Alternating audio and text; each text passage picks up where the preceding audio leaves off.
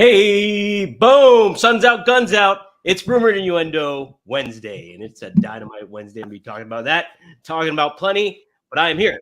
Robert Carpelis. I'm Dominic D'Angelo, by the way, and W_creative-ish is Robert Carpelis. Robert, how are you, man? Good to see you.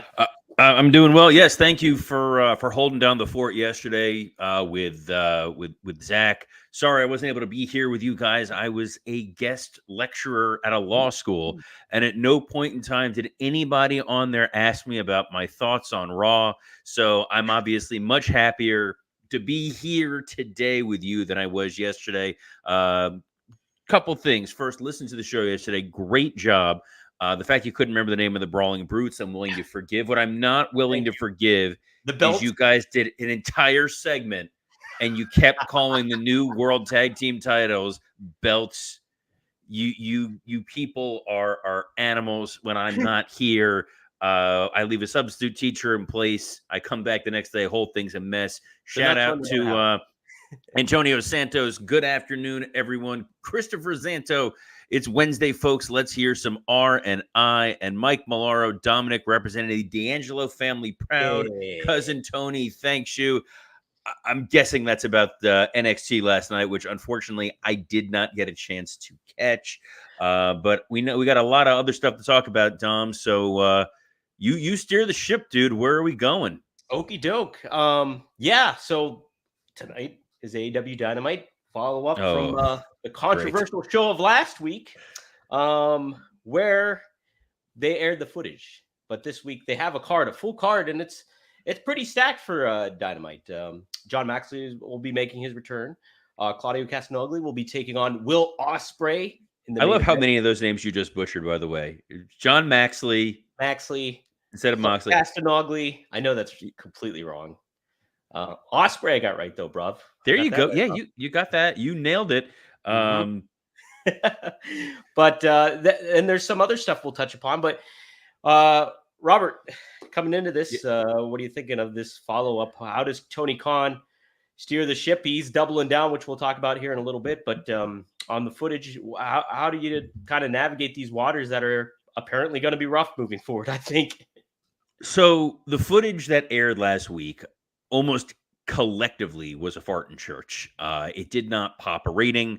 No one who watched it and saw it was excited about what they saw. It wasn't high fives all around. It wasn't the AEW faithful coming after those of us who were critical of it, saying, "What are you talking about? You just don't understand wrestling."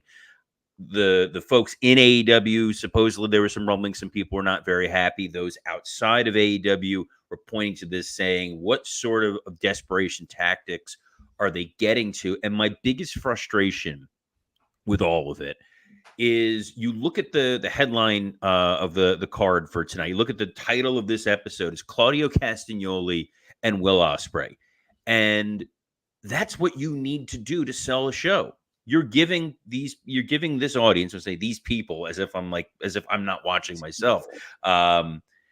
You're giving them a world-class match that's accomplishing two things. Number one, you're getting a guaranteed main event that's going to be off the charts incredible. Number two, you're advancing the storyline of Ospreay versus Bryan Danielson. It's a member of the Blackpool Combat Club facing the guy who's going to be facing Bryan at the pay-per-view this weekend. Wrestling is not always that difficult. Sometimes it's just as simple as, let's put a good match out there. We saw it on Raw. I know I wasn't here to talk about Raw, but we saw it with Jey Uso and Finn Balor. Mm-hmm. Hey, we got to hype this Damian Priest matchup, and we also got to fill content. Let's just put two world-class athletes in there and let them go have a really great match. And that's what Tony's doing here with Claudio and Ospreay. And I, for one, am really excited to see this. Yeah, and you think about some of the stuff that AEW does on a consistent basis when it comes to presenting matches and, storylines and stuff like that, and it's very much a head scratcher sometimes. This one does make sense, and this one is one of the ones that kind of does create intrigue. Ooh, this is something I do have to tune into because it's Claudio versus Ospreay. It's going to be good, and it's a good position to have in. And then on top of it too, you got these names. You got John Moxley returning. He's the IWGP champion. We kind of touched upon that on Monday a little bit. But how do you kind of position him to kind of elevate your product here as a different kind of champion. But he's also been the face of your company, one of the faces of your company for the past since it's almost its inception. So, what do you kind of think of this, Robert? How would you use John Moxley here tonight? You can either use him in this Ospreay situation, which I don't necessarily love, just because Ospreay is not a heel. Mhm. Danielson is not a heel at the moment. Ospreay is still technically part of the Don Callis family. I don't think they want that group or that storyline really pulling into what's going on here. But we did see the Don Callis family attack Claudio and Danielson at the end of Collision. So it is very possible that we're going to speed things up. We're going to escalate the situation a little bit. And you got Moxley there to try to even the odds. Maybe it's a way to shoehorn in a tag match into this show being the pay-per-view over the weekend over in AEW Dynasty. I remembered it. Took me a minute. I got it. Good job. Nailed it. Nailed it. But yeah, or it's Moxley showing up to. You hearing an echo? Am I hearing an echo? That's you hearing an echo. I hear no Oh, echo. I'm hearing voices in my head. Oh, Randy. Like Randall Keith Orton, yes.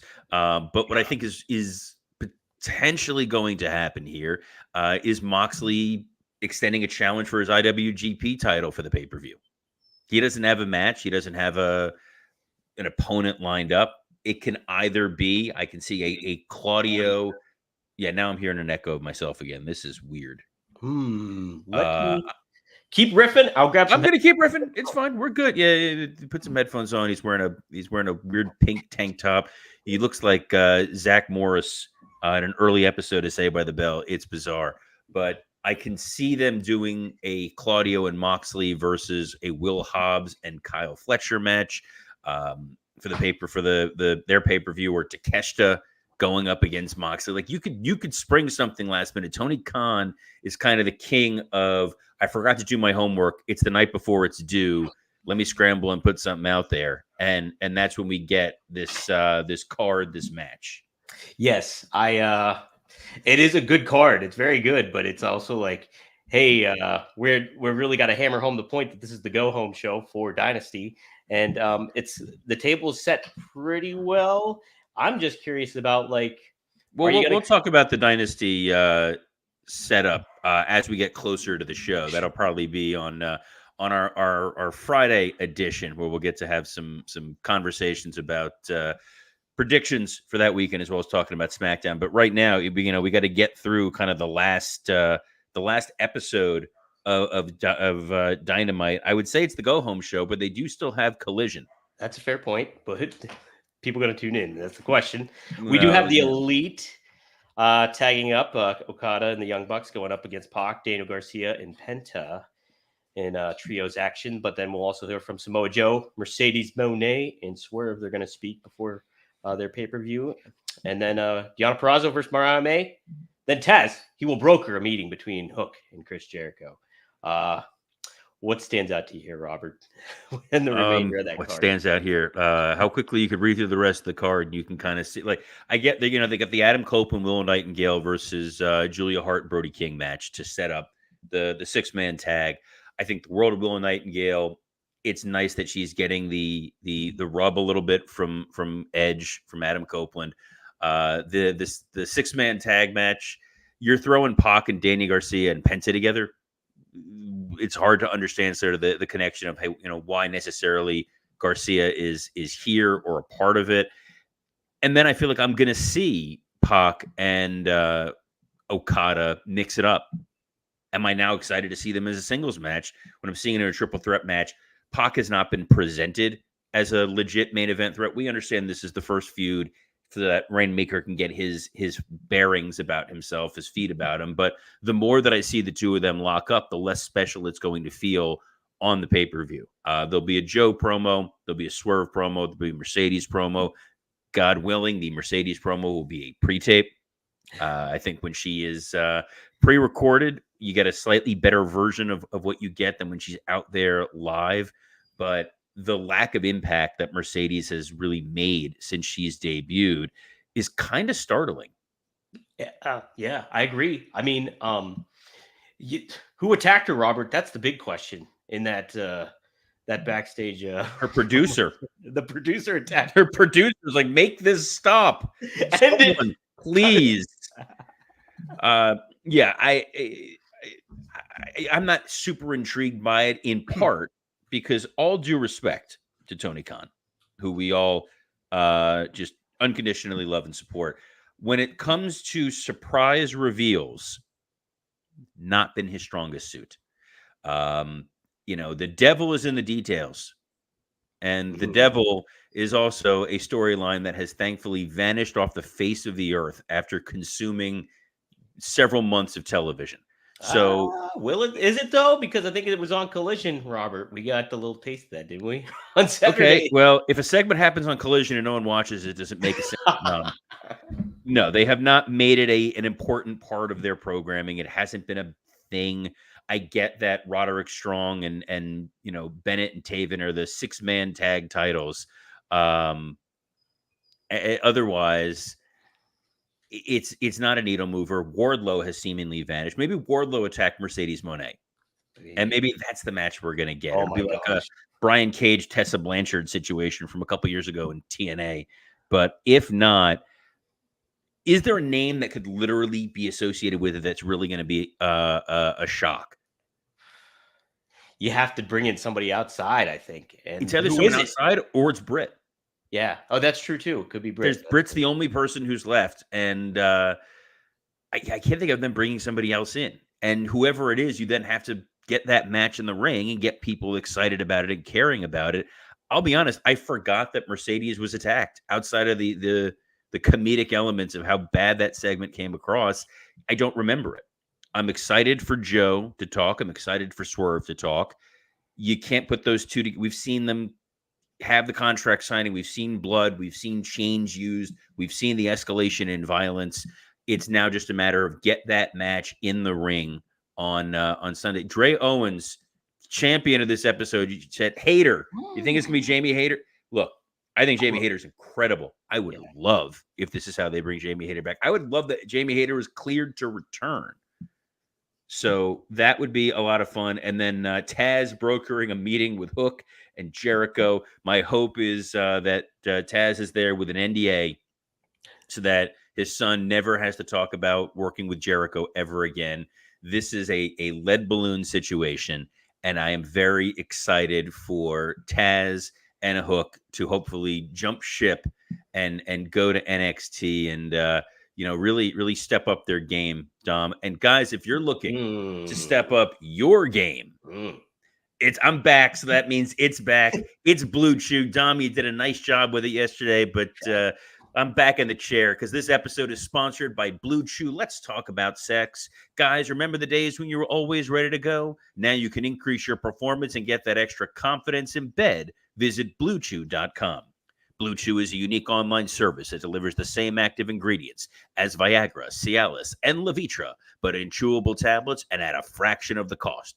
You can take them anytime, day or night, so you can plan ahead or be ready whenever an opportunity arises. The process is simple. Sign up at BlueChew.com, consult with one of their licensed medical providers, and once you're approved, you'll receive your prescription within days. The best part? It's all done online. No visits to the doctor's office, no awkward conversations, and no waiting in line at the pharmacy. Blue Chew tablets are made in the USA, prepared and shipped direct to your door in a discreet package. We see what Jericho is doing there with Hook. He's trying to recapture the fountain of youth by working with younger talent. You don't need to bring Hook here. All you need is to pop one of those Blue Chew, and you're going to feel like you were back when you were in your 20s, because Blue Chew wants to help you have better sex. Discover your options at BlueChew.com. Chew it and do it. And we've got a special deal for our viewers. Try Blue Chew free when you use our promo code RUMOR at checkout. Just pay $5 shipping. That's BlueChew.com, promo code RUMOR to receive your first month free. Visit BlueChew.com for more details and important safety information. And we thank Blue Chew for sponsoring this episode of Rumor and Innuendo. You can do to your partner what the IRS did to a whole bunch of people on April 15th. But she's going to be a hell of a lot happier than we were when we were filing our taxes, Dom. Right. Well, Tony Khan's hoping people will be a hell of a lot happier after last week because guess what?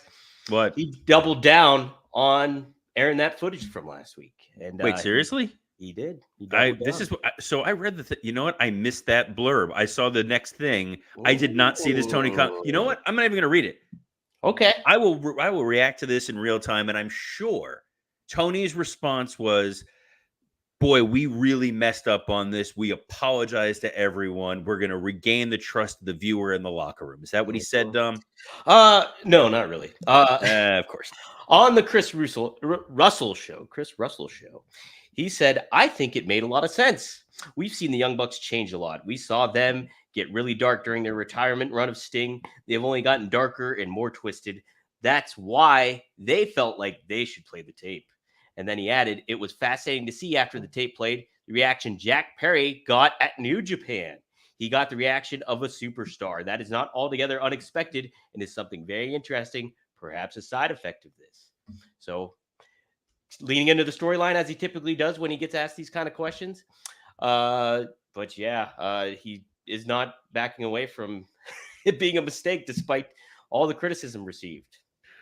So what's really funny is while you were chatting with this and I was listening, the show that Tony went on, this Chris Russell show, is a show talking about DC sports. They talk about the Commanders, the Nationals, the Capitals, the Wizards. This was not a pro wrestling show. This was not him talking to I hesitate to say wrestling journalist, but he wasn't talking to a wrestling journalist. He wasn't talking to the key audience or someone who would have been able to ask probing questions. This is a guy who was probably talking to Tony about the Jaguars, probably talking to him about soccer, and then by default, he's going to talk about this. So it's a great way to control your audience.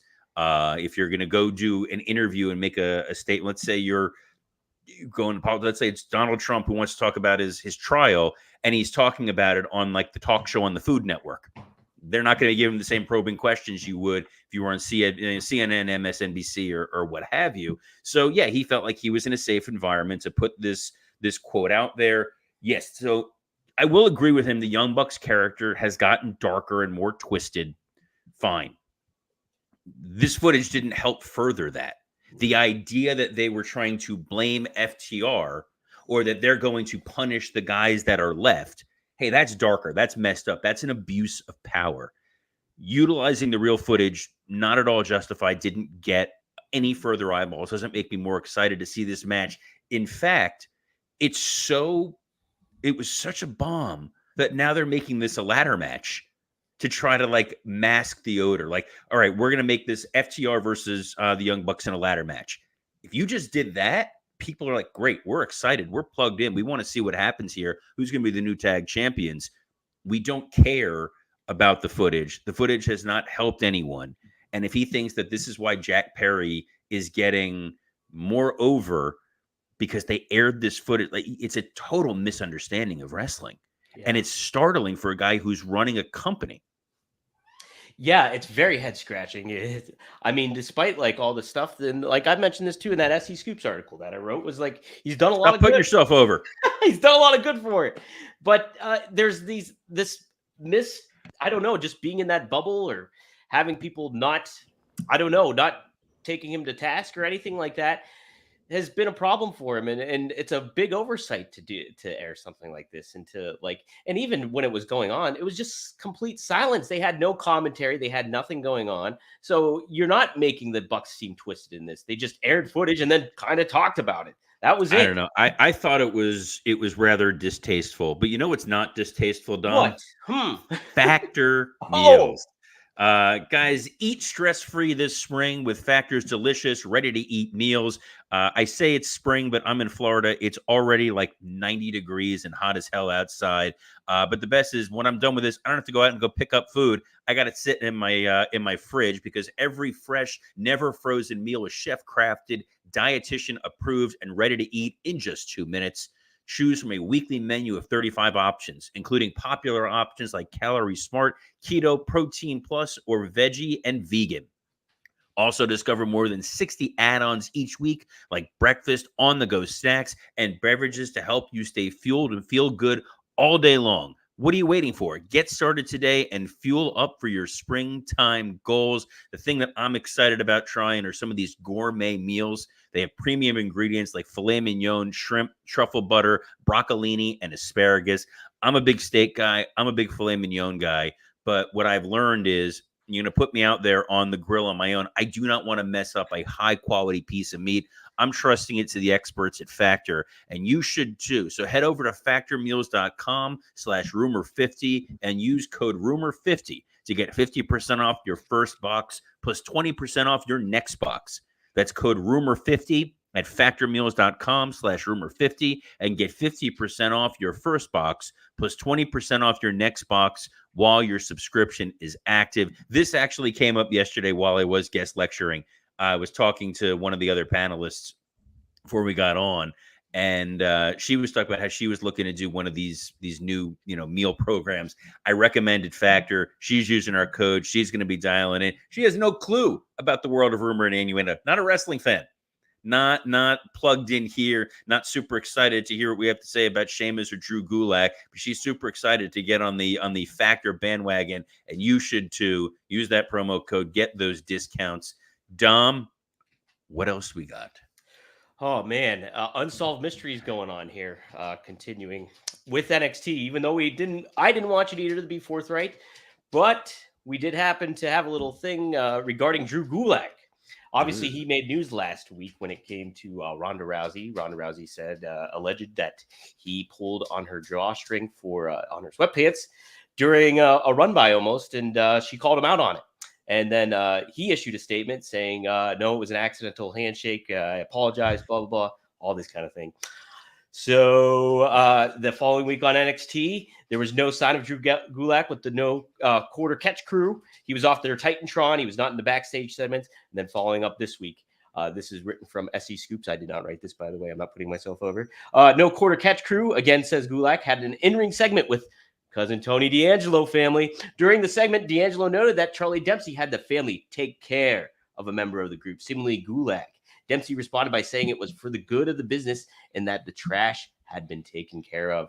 So Drew Gulak written out of the show, written out of NXT. A little family business kind of getting handled here, Robert. But Drew Gulak, I want to get your thoughts on all that stuff and the handling of such a thing like this.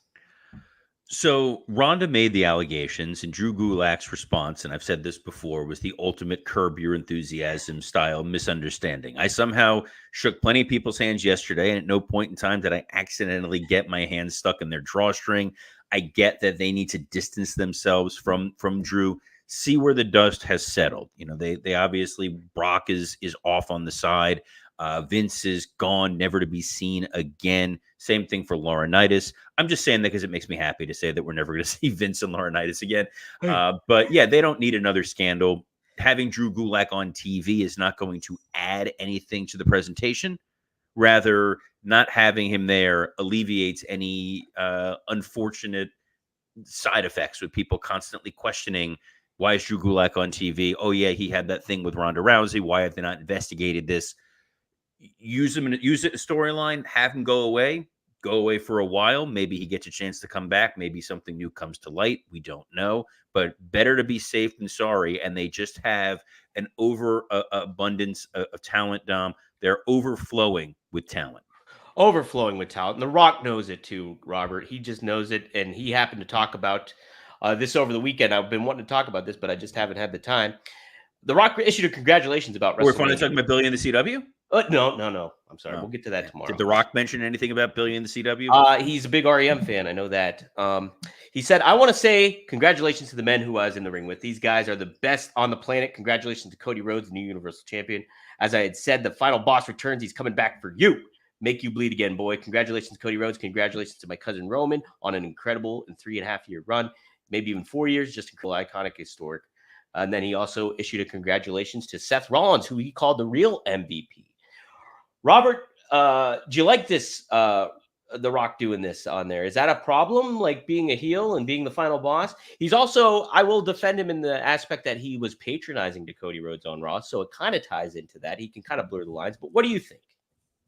I mean, there's blurring the lines, and then there's kind of the whole, hey, guys, The Rock character is going on the shelf for a little bit. I'm now Dwayne. Love me, buy my products, go see my movies, go watch anything that I'm endorsing. But don't worry, when I come back, I'll switch back into that role. I'm fine with how he addressed Cody. I'm fine with how he addressed Roman. Putting over Seth as the MVP felt a little odd. That felt like when someone wins an award and they thank their assistant. Yeah. We know Seth was not necessarily the MVP of the weekend. Yes, he wrestled 2 matches. He was part of the main event in the third match with that ridiculous Shield run in. I don't know that I would necessarily call him the MVP of the weekend, but it's The Rock. He goes back and forth with these sorts of things. Crowd's still going to cheer him. If he showed up on at College Game Day or something like that in a couple months, audience is going to go wild for him. Shows up at the Tonight Show, audience is going to go wild for him. When he comes back to WWE TV, he'll get a huge pop and immediately will pivot to remind you, hey guys, I'm here to be a heel. And it'll be great to see Rock back on TV. Big week for returns across the board, Dom. Yes, Sheamus, he happened to return as well. And we talked about him a little bit on Raw. Me and Zach Haydorn did. But he looks a little different. And people took note of it. I didn't notice anything. I made no... Anything? You can go back on the WWE Creative _ish X account. I don't remember making a single comment about Sheamus's appearance. Yeah, well, I like... That's not to check that. Just check my word for it. I like his attire a lot. But he put on a couple LBs, and it was a little bit noticeable. And so, obviously, social media, the wrestling world will react to such things. And Sheamus handled it very good-naturedly. He tweeted out himself, no, I'm big boned, basically, and put the quiet emoji on there. So thought it was handled well. Body shaming in wrestling. Robert, I know we're closing out the show here. It could be a huge talking point we talk on, but want to get body shaming. All right. Sheamus, when we last saw him on TV, was in arguably the best shape of his career. Abs, just jacked to the gills, looked incredible, goes away, comes back, a softer looking Sheamus. We know he was out with a neck injury. It's going to make it harder for you to work out. There was a time, believe it or not, kids, when I was running 5 miles a day, probably about a year and change ago, until I fell, broke a rib, made it more difficult to do so. By default, you can't do the same workout you were doing before. You're going to look a little different. My wife is the first to point out that I will look a little different. But it's a visual business, and Sheamus is out there. They didn't address it. If they addressed it, I think it would have been fine. It's not like it was a negligible change. It was a pretty significant difference. And Cole saying on commentary, "Here comes the cat. I hear the noise. The cat's coming to go defend him." Nuts. He is. Yes, it's going to be hashtag cat butthole any second now. It's not body shaming. It's Cole saying Sheamus is in the best shape of his life, and you're looking at it going, really? Like when Orton came back, best shape of his life. AJ came back, best shape of his life. Drew, after his sabbatical, came back, best shape of his life. Sheamus, different shape. Yes. And that's okay. And it's not body shaming the way that we normally, think of it. It's people having a go at it and having what I would, as the Brits would say, having a laugh. It's not going to. Sheamus he looked great in ring. His match with Ivar was a lot of fun. They've been making note of the fact that guys like Ivar and Bronson Reed are big meaty men. Sheamus just needs to make a crack about it. If R-Truth made a joke about Sheamus in passing, this all blows over almost immediately.